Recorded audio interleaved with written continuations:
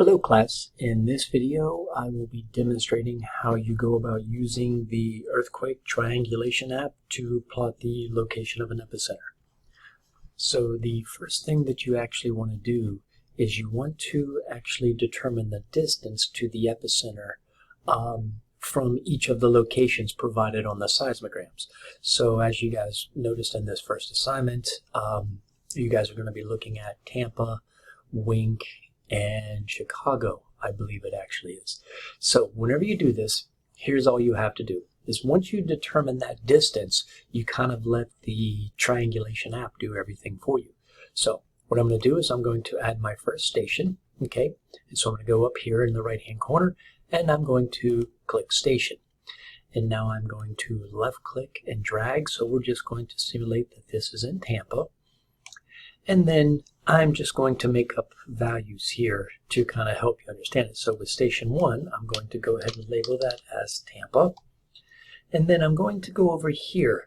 And by using the actual seismograms, what I've determined is, these are all hypothetical numbers. Let's just say that I have it at 2,000 kilometers. Okay, so I'm going to hit that and then I hit enter. Now whenever I back out, you notice that I now have a circle of 2,000 kilometers for the city of Tampa. So now that I've done my first seismic station, the next one I'm going to do is I'm going to go ahead and add another one here. You can see that it pops up. And then I am going to go ahead and let's just say Chicago there. You can see it. So I'm going to click it, put it over Chicago. And then let's just say that from Chicago, the earthquake's epicenter is 500 kilometers.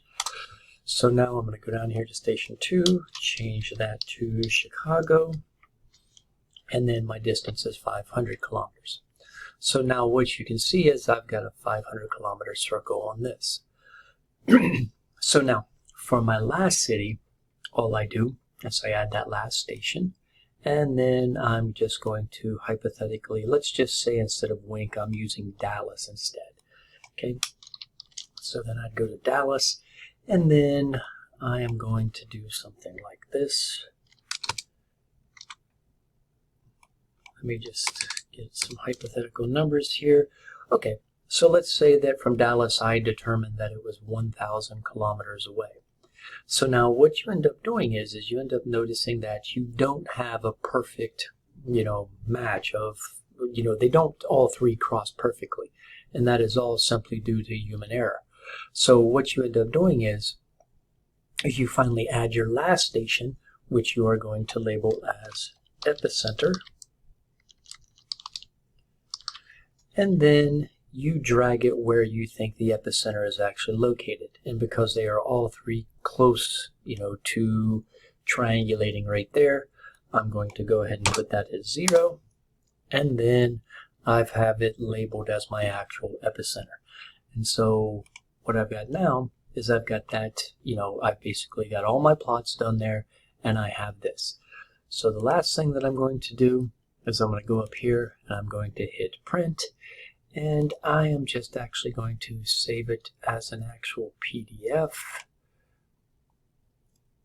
Okay, and what's going to happen here is I'm going to have to make some adjustments on it and stuff like that. So, margins, let's see what we've got here. Okay, so with that, because we have it, I have it a little off center, that's what it was. So I'm going to go there. Print again, and now you notice how I centered it out and everything right there.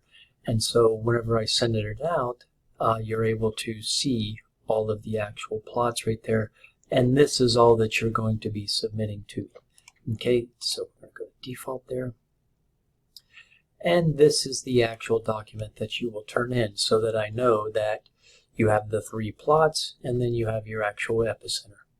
So hopefully this, explains how, helps you understand how to go about plotting the earthquake epicenter.